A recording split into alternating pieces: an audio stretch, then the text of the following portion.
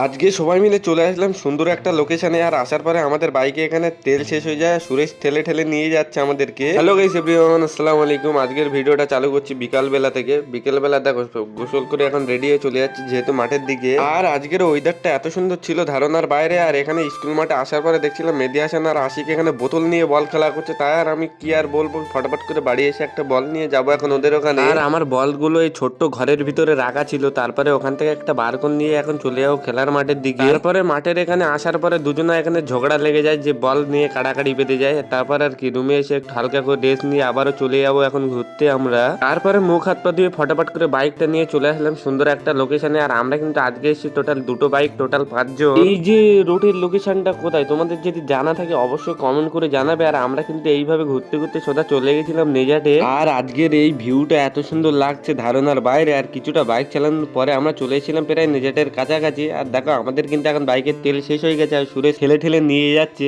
তারপরে কিছুক্ষণ বসে থাকার পরে ফাইনালি পাম্পে চলে আসলাম। আর এখান থেকে পেট্রোল ভরে নিয়ে সোজা চলে এসেছি বাড়িতে। আর বাড়িতে আসার পরে যেহেতু পেট্রোল ছিল ওইগুলো এখন বোতলে ভরতে হবে। তারপরে কমপ্লিট হয়ে গেলে আমি চলে এসেছি কানমারি পাড়ায়। আর এখানে নয়ন খেলা করতে গেছিল, আর এখানে পচা সুমন অনেকেই বসেছিল। আর আজকের ভিডিওটা কেমন লেগেছে অবশ্যই কমেন্ট করে জানাবে। আগের ভিডিওতে বলেছিলাম ফলো করে চ্যালেঞ্জ করবে, মাত্র 2 জন করেছে। ভিডিওটা অবশ্যই বেশি বেশি শেয়ার করে দাও, সবাই যেন চ্যালেঞ্জ করতে পারে।